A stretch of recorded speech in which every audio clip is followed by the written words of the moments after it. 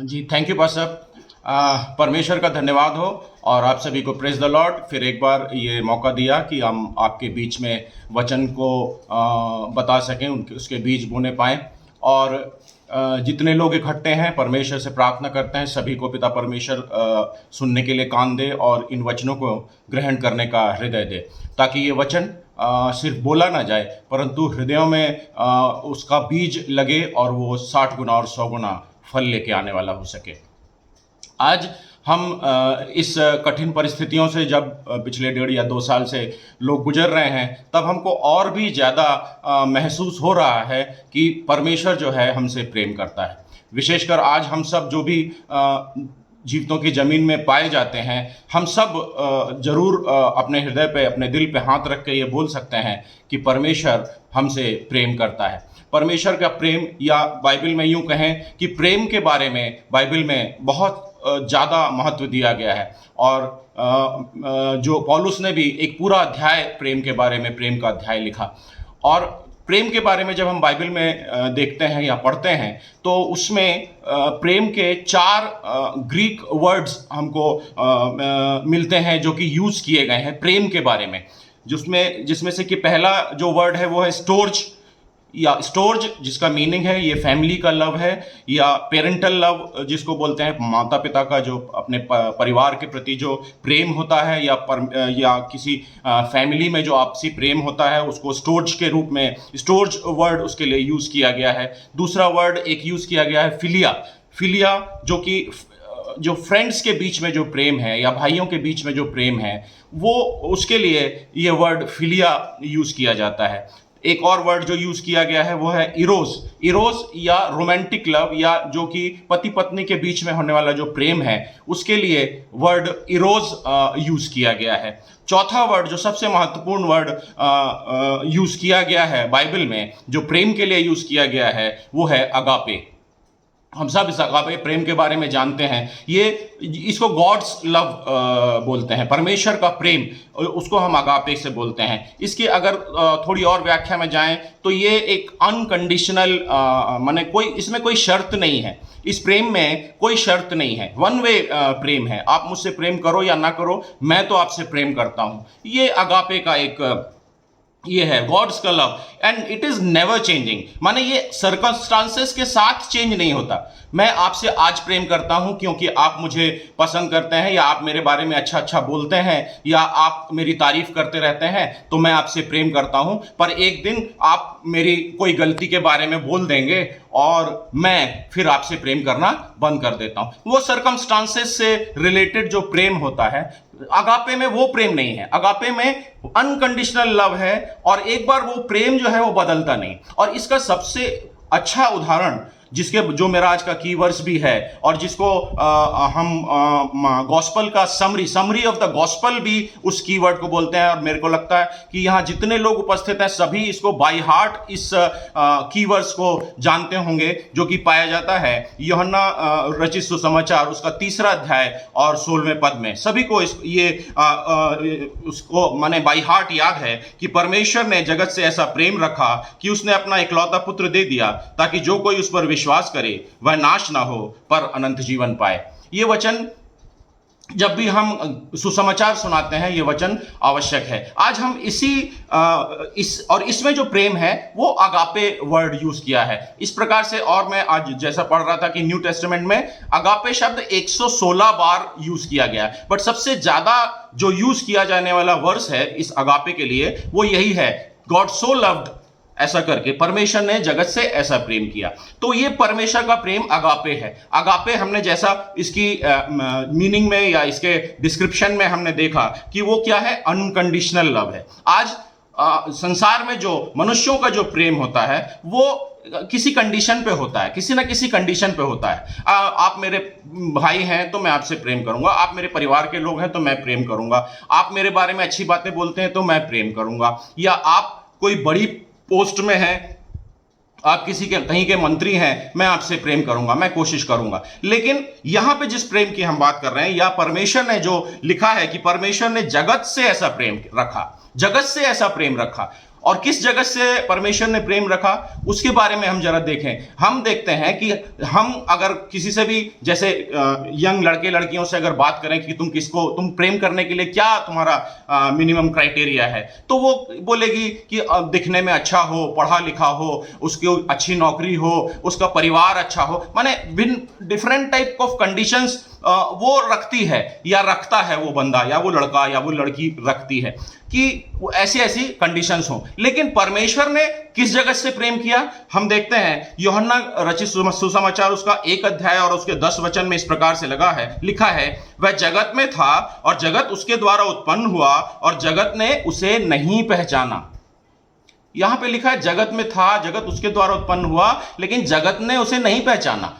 अभी परमेश्वर का पुत्र यीशु मसीह जो हमारे और आपके उद्धार के लिए, या यूं कहें कि इस जगत के उद्धार के लिए आया, उसको इस जगत ने नहीं पहचाना। लेकिन बाइबल में लिखा है जो वचन हमने पढ़ा कि परमेश्वर ने जगत से ऐसा प्रेम रखा, क्योंकि यह प्रेम अगापे है। इसमें दूसरी तरफ से प्रेम आ रहा है कि नहीं आ रहा है उसके ऊपर हम डिपेंडेंट नहीं है, या परमेश्वर उस पर डिपेंडेंट नहीं है। वो तो आपसे हर एक जन से प्रेम करता है, वो एक एक उसकी संतान से प्रेम करता है। वो चाहता है कि कोई भी नाश ना हो, वो चाहता है कि सभी जो इस संसार में जितने लोग हैं सब उसके सुसमाचार को सुने और उसके पुत्र को अपना उद्धारकर्ता करके ग्रहण करें, और वो सभी जो है इस संसार में रिडेम्पशन या छुटकारे को प्राप्त करें।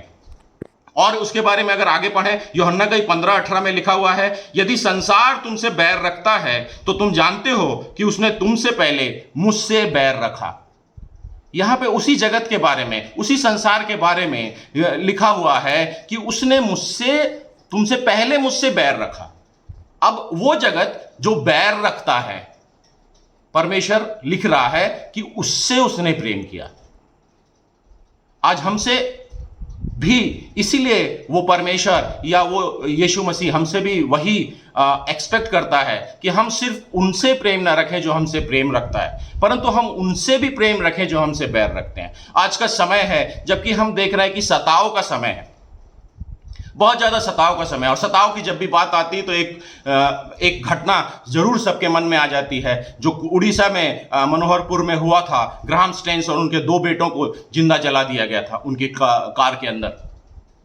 और प्रेम की अगर बात करें तो उनकी वाइफ जो ग्लैडिस स्टेन्स थी, उनसे भी जब पूछा गया कि आप उनके बारे में जो इन्होंने ये किया है क्या करना चाहिए, उन्होंने बोला मैं उनके लिए कोई सजा के बारे में मैं नहीं चाहती कि उनको कोई सजा मिले। मैं ये चाहती हूं कि आज भी उनको एक मौका मिले कि वो अपने आप का मन फिराव करें, आज भी वो उस सत्य को पहचान सकें कि उन्होंने जो किया वो गलत किया था, और आगे वो अपने आप को बदल लें और मन फिराव करें और परमेश्वर को जानने पाएं।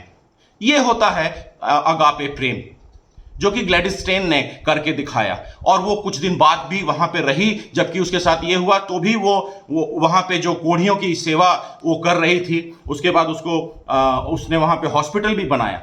ये जो प्रेम है, ये परमेश्वर का प्रेम है। वो प्रेम जो है हमको और आपसे भी परमेश्वर उम्मीद रखता है, या हम रिटर्न में किसी से कुछ ना उम्मीद करें। कम से कम हम जिस सताव के बारे में आजकल छत्तीसगढ़ में भी बहुत ज्यादा सताव हो रहा है, पर हम उनके लिए भी प्रार्थना करने पाए कि वो जो है, जो सताने वाले हैं, क्योंकि वो उनके चेहरों, उनकी आंखों में वो पर्दा पड़ा हुआ है, उनके छिलके अभी नहीं निकले हैं। जिस प्रकार से पौलुस भी सताव में सबसे ऊंचा था, सबसे ज्यादा सताने वाला था, वो लोगों के घर घर जाके उनको सताता था, क्रिश्चियंस को जो प्रभु यीशु मसीह को मानते थे। लेकिन एक समय आया, प्रभु यीशु मसीह से उसका साक्षात्कार हुआ और उसके आंखों के छिलके गिर गए, और फिर वही जो है उसका एम्बेसडर या उसका जो परमेश्वर का बड़ा एक काम करने वाला हुआ, और जिसने नए नियम के आधे किताब स्वयं लिखे।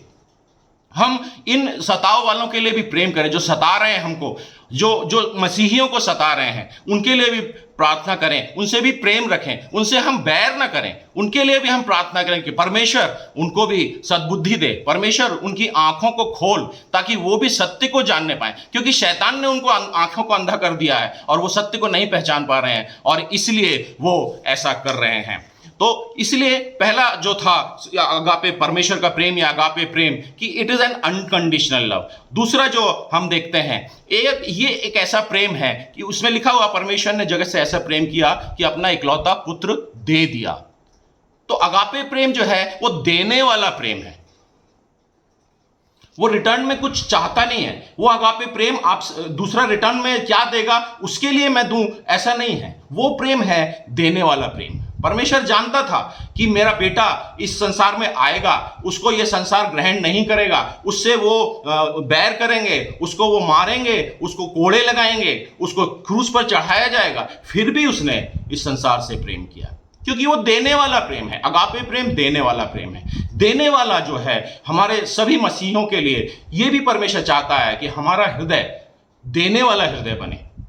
अगर हमारे पास है, हम उसको दूसरों के साथ शेयर करने को तैयार रहें। हम सिर्फ अपना या अपने परिवार के बारे में नहीं, परंतु दूसरों के बारे में भी सोचें। हम देखते हैं देने वालों का बहुत कुछ 3-4 उदाहरण हम देखते हैं जो बहुत अच्छे तरीके से, या जिन्होंने बेस्ट दिया परमेश्वर को। जैसे कि हम देखते हैं हाबिल के बारे में। हाबिल का जो उसने दिया था, जो उसने भेंट दी थी, परमेश्वर ने उसे पसंद किया या उसे एक्सेप्ट किया। कैन के भेंट को नहीं पसंद किया। इब्राहिम की भेंट को देखते हैं, 75 साल में उसको बुलाहट हुई, उसको बोला तुझसे इतने तेरे बच्चे होंगे कि माने समुद्र के किनारे की रेत की किनकों के बराबर हो जाएगा। और 25 साल तक कुछ नहीं हुआ। 100 साल की उम्र में जब उसको बेटा हुआ, परमेश्वर उससे बोलता है कि तू अपने इस बेटे को कुर्बान कर दे। और वहां पे हम देखते हैं कि वो जो अगापे प्रेम है, जो अब्राहम का परमेश्वर के प्रति प्रेम दिखता है, कि वो उसी बेटे को वो बलि देने के लिए चला जाता है। उसने उस चीज को भी नहीं रख छोड़ा। उसने जो है अपने एकलौते पुत्र को, जिसके द्वारा एक जनरेशन तैयार होनी थी, जिसके द्वारा जो है परमेश्वर का काम या परमेश्वर का जो योजना थी वो कंप्लीट होनी थी, लेकिन उसने बोला अगर परमेश्वर चाहता है तो मैं दे दूंगा।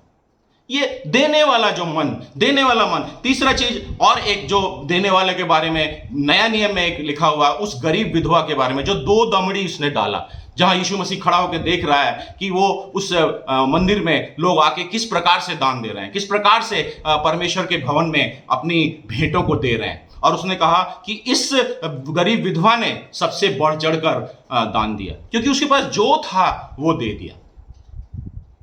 उसने 100% दे दिया। हम तो टाइथ दे के इतने प्रसन्न हो जाते हैं कि हमने शायद दुनिया में बहुत बड़ा काम कर दिया। उस लेडी ने जो कुछ उसका था उसको दे दिया। हम और अगर देखें, क्योंकि परमेश्वर चाहता है कि हम देने वाले बने। एक पद मैं पढ़ना चाहूंगा, लूका उसका 6 अध्याय और उसका 38 पद को, जहां पे लिखा हुआ है कि दिया करो तो तुम्हें भी दिया जाएगा। लूका 6 उसका 38।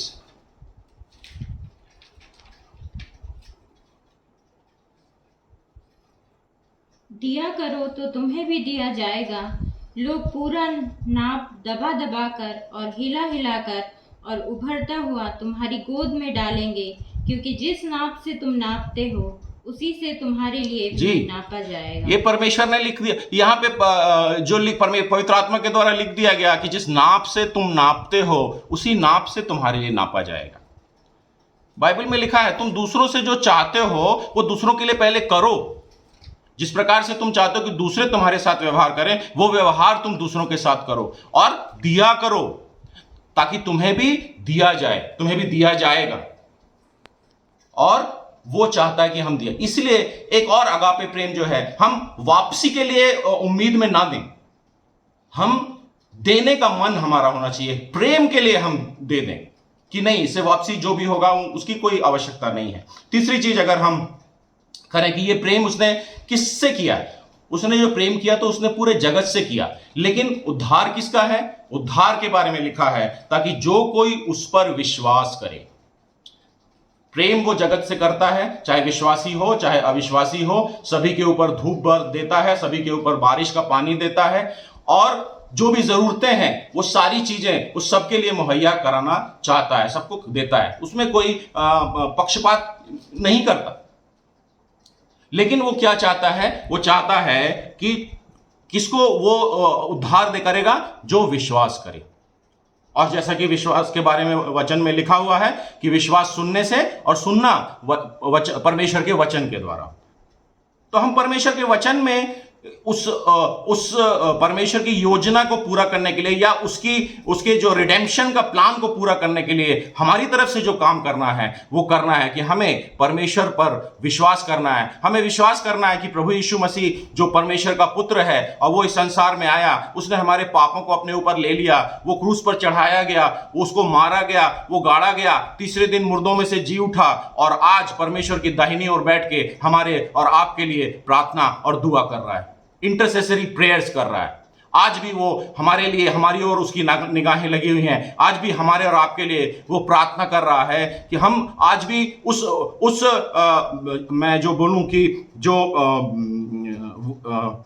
जो मूसा के समय में जो व्यवस्था थी और आज के समय में जो अनुग्रह है, वो उसका डिफरेंस यही है कि आज हमारा जो महायाजक है, वो महायाजक परमेश्वर के सामने अपना लहू लेके बैठा हुआ है। उसने एकमात्र अपनी बलिदान के द्वारा उस सब पापों को जो पहले हुए हैं या आने वाले समय में होने वाले हैं, उन सब के लिए बलिदान दे दिया है। उसने उस व्यवस्था को पूरा कर दिया है। और आज हम और आप जब हम कोई पाप करते हैं, जब हम कोई गलती करते हैं, आज भी परमेश्वर जो है वो उस पाप को नहीं देख सकता, क्योंकि वो पवित्र है, वो हमसे प्रेम रखता है, परंतु वो दंड देने वाला परमेश्वर भी है। परंतु फिर भी वो प्रभु यीशु मसीह जो मलकीसिदक की रीति का महायाजक, अनंत काल का महायाजक परमेश्वर के दाहिने ओर बैठा हुआ है, वो अपना लहू लेके परमेश्वर के सामने चला जाता है। और एक ही जो गलती हुई है या पाप की 2 बार सजा नहीं हो सकती।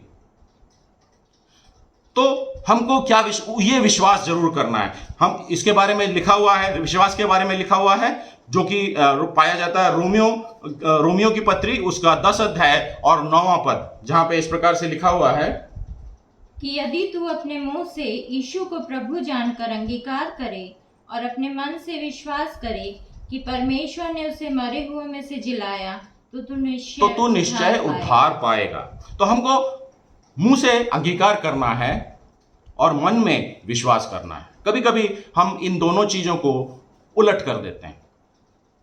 अंगीकार, या यूं कहें कि हम अपनी जो गवाहियां हैं वो हमें मुंह से प्रकट करना है। हम विश्वास को मन से करना है। हम विश्वास को मुंह से प्रकट करते हैं, कभी कभी गलती होती है हमसे, कभी कभी हम विश्वास को मुंह से करते हैं और अंगीकार को मन से करते हैं। हम अपनी गवाही देने में हिचकिचाते हैं। हम विश्वास तो जरूर दिखाते हैं कि हम चर्च जाते हैं, हम सब कुछ करते हैं, प्रेयर करते हैं, विश्वास में हैं, लेकिन प्रियो ये लिखा हुआ है कि मन से जो है विश्वास करना है और मुंह से अंगीकार करना है। आज के इस समय में, जबकि हम उस महामारी के उस दो लहरों के बाद भी आज भी अगर जीवित हैं, तो मैं जरूर मानता हूं कि आज जितने लोग इस जगह में जुड़े हुए हैं, सबके मन में एक गवाही है। हम अपनी गवाही को अपने आसपास, अपने एक दूसरे के साथ, अपने जानकार लोगों के साथ, अपने पड़ोसियों के साथ, अपने काम के स्थान में उस गवाही को प्रकट करते हैं या नहीं करते, अपनी वो गवाही को देते हैं या नहीं देते। तो तीसरी चीज जो हमने देखा कि ताकि जो कोई विश्वास करे, विश्वास के बारे में हमने इस प्रकार से पढ़ा। और इसके अब जब विश्वास हो गया, तब परमेश्वर क्या बोलता है, उसकी योजना क्या है? वो बोलता है वह नाश ना हो, ताकि वो नाश ना हो पर अनंत जीवन पाए। अब विश्वास हो गया, तो अब अगर आपने विश्वास कर लिया कि परमेश्वर का पुत्र है प्रभु यीशु मसीह, आपने मुंह से अंगीकार कर लिया, मन से विश्वास कर लिया, तब परमेश्वर अपनी योजना आपके जीवन में पूरा करेगा। और जहां पे वो लिखा कि वो नाश ना हो पर अनंत जीवन पाए। हम देखते हैं जो अन्य विश्वास, दूसरे क्रिश्चियन छोड़ के जो दूसरे विश्वास हमारे जो देश में हैं, उसमें इस प्रकार से लिखा है कि जब पाप या पापी बढ़ जाते हैं, तब कोई देवता या उस संसार में आता है और उन पापियों को नष्ट कर देता है। परंतु यहां हमारा जो विश्वास है, हमारा जो प्रभु यीशु मसीह है, वो पापियों को नाश करने नहीं आया। उसी 3:16 के बाद में जब यूहन्ना 3:17 और 18 एक बार पढ़ेंगे हम, यूहन्ना 3 का 17 और 18। परमेश्वर ने अपने पुत्र को जगत में इसलिए नहीं भेजा कि जगत पर दंड की आज्ञा दे, परंतु इसलिए कि जगत उसके द्वारा उद्धार पाए। जो उस पर विश्वास करता है उस पर दंड की आज्ञा नहीं होती, परंतु जो उस पर विश्वास नहीं करता वो दोषी ठहर चुका, इसलिए कि उसने परमेश्वर के इकलौते पुत्र के नाम पर विश्वास नहीं किया। जी, यहाँ पे हम क्लियर रहे कि परमेश्वर जो है उसने अपने पुत्र को इस संसार में जो भेजा था वो पापियों को नाश करने नहीं परंतु पाप को नाश करने के लिए भेजा था। और हम देखते हैं अन्य जो विश्वासी लोग दूसरे पंथ के जो लोग हैं जो विश्वास दूसरी चीजों पर करते हैं, वो विभिन्न प्रकार की चीजों के द्वारा परमेश्वर को प्रसन्न करने के बारे में सोचते हैं। कोई खाली पैर कितने किलोमीटर तक पैदल चलेगा, कोई ऐसे लौटते लौटते हुए शायद किसी मंदिर में चला जाएगा। लोग ये सोचते हैं कि वो अपने द्वारा जो है अपने किसी काम के द्वारा वो उस चीज को, उस मोक्ष को या उस परमेश्वर की उस चीज को प्राप्त कर सकते हैं। और ये हम जैसे जिस प्रकार हम इस संसार में हम भी कई बार उन विचारों से अपने आप को घेर लेते हैं। हमको भी लगता है कि हम भी ऐसा कुछ करें कि जिसके द्वारा हम परमेश्वर के उस उद्धार को प्राप्त करें। हम अपने आप कुछ करना चाहते हैं। जिस प्रकार से शमूएल को उस समय के लोगों ने कहा कि हमको भी राजा चाहिए, हमको भी राजा चाहिए, और परमेश्वर ने उनको राजा दिया। और जिस प्रकार से हम शाऊल के बारे में पढ़ते हैं कि जिस प्रकार से इंसान की नजरों में राजा होना चाहिए उस प्रकार का राजा उसको दिया। वो 6 फुट से ज्यादा उसकी हाइट थी। वो हर प्रकार से अगर देखा जाए तो वो सांसारिक राजाओं के लिए जिस प्रकार से मनुष्य सोचता है उस प्रकार से वो था। तो हम भी आज कभी कहीं ना कहीं हमको लगता है कि हम ऐसा कुछ अपने तरफ से करें, क्योंकि हमको कई बार ऐसा भी लगता है ना कि कोई चीजें अगर आसानी से प्राप्त हो जाती हैं तो उसमें हमको माने इंसान को एक वो लगता नहीं, सिर्फ विश्वास करने से, सिर्फ मुंह में अंगीकार करने से हो जाएगा। खुद को लगता नहीं, वो किक नहीं मिलता है व्यक्ति को। तब वो बहुत सारी चीजें खोजता है कि मैं ये करूंगा, मैं वो करूंगा, इस करने से होगा। लेकिन क्लियर कट बाइबल में लिखा हुआ है कि कर्मों से नहीं परंतु अनुग्रह से हमारा उद्धार हुआ है। हम इस चीज को मानने पाए। जहां पे अंत में जो मैं ये बोलता हूं कि वो नाश ना हो परंतु अनंत जीवन पाए। यहां पर परमेश्वर ने जो हमारे साथ जो वाचा बांधी उसने ये कहा कि वो नाश ना हो। उसने ये नहीं कहा कि जो भी विश्वास करेगा उसके पास अब कोई परेशानियां आएंगी नहीं, उसके पास अब कोई रोग आएगा नहीं, उसके पास गरीबी आएगी नहीं, उसके पास कोई भी परेशानी होगी नहीं, उसको एकदम माने सीधा रास्ता मिलेगा। जबकि उसका उल्टा लिखा है कि संसार में तो ऐसा है कि वो चौड़ा रहा है और सक्रिय है वो राह जो प्रभु यीशु मसीह के द्वारा विश्वासियों को चलना पड़ता है। तो ऐसा परमेश्वर ने कभी नहीं कहा कि अगर मुझ पर विश्वास करोगे तो तुम्हारे जीवन में कोई परेशानी या ट्रबल नहीं आएगा। परंतु हम जानते हैं कि जब माता पिता ये बात को जानते हैं कि वो अपने पुत्र से प्रेम करते हैं, तो जब एक ऐसा समय भी आता है कि उसकी ताड़ना भी करनी पड़ती है, उसको डिसिप्लिन भी करना पड़ता है। परमेश्वर भी वैसा ही है। अगर हम पढ़ें इब्रानियों की पत्री उसका 12 अध्याय और उसके 6 और 8 में इस प्रकार से लिखा है कि जो प्रेम करता है वो अपने बच्चों की ताड़ना भी करता है। और 8वें पद में तो यहां तक वो बोलता है कि जिसकी ताड़ना नहीं हुई वह पुत्र नहीं परंतु व्यभिचार की संतान ठहरा। तो आज हम इस बात को मान के चलें कि नहीं, हमको परेशानियां हमारे जीवन में आएंगी, कठिनाइयां हमारे जीवन में आएंगी, लेकिन जिस प्रकार दाऊद कहता है कि चाहे मैं अंधकार से भरी हुई तराई से होकर चलूं तो भी हानि से ना डरूंगा। तो अंधकार से भरी तराई में होकर आपको जाना पड़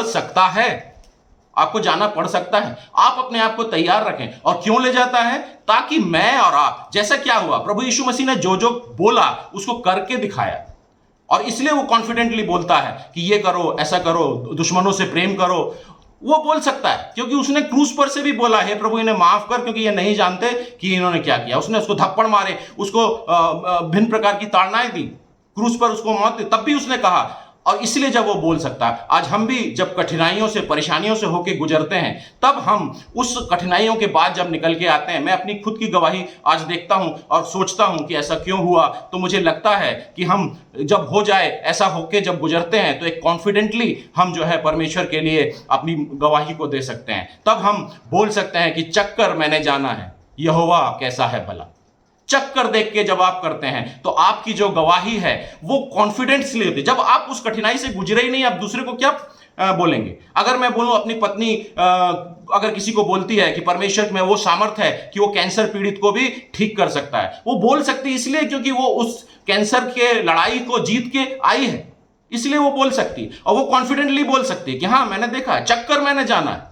तो परमेश्वर उस बात के लिए भी हमें लेके जाता है। तो इस प्रकार से आज मैं अपना जो वक्तव्य यहीं पे, अपना जो वचन यहीं पे समाप्त करूंगा, जहां पे हम उस एकमात्र जो उद्धार के लिए जो सुसमाचार का यूहन्ना 3:16 है, उसके द्वारा परमेश्वर ने जो हमसे प्रेम किया या हमको किस प्रकार से प्रेम करना है, परमेश्वर हमसे क्या चाहता है, उसके बारे में हमने जो पढ़ा उसको हम जरूर मनन करें और हम जिस प्रकार से लिखा है कि अनकंडीशनल प्रेम करने वाले हो सकें। हम देने वाला हृदय बना के रखें, हम परमेश्वर पर विश्वास करने वाले हों, हम मुंह से अंगीकार और मन से विश्वास करने वाले हों, और तब वो हमको नाश होने नहीं देगा परंतु अनंत जीवन देगा। परमेश्वर इन वचनों के द्वारा हम सबों को आशीष दे।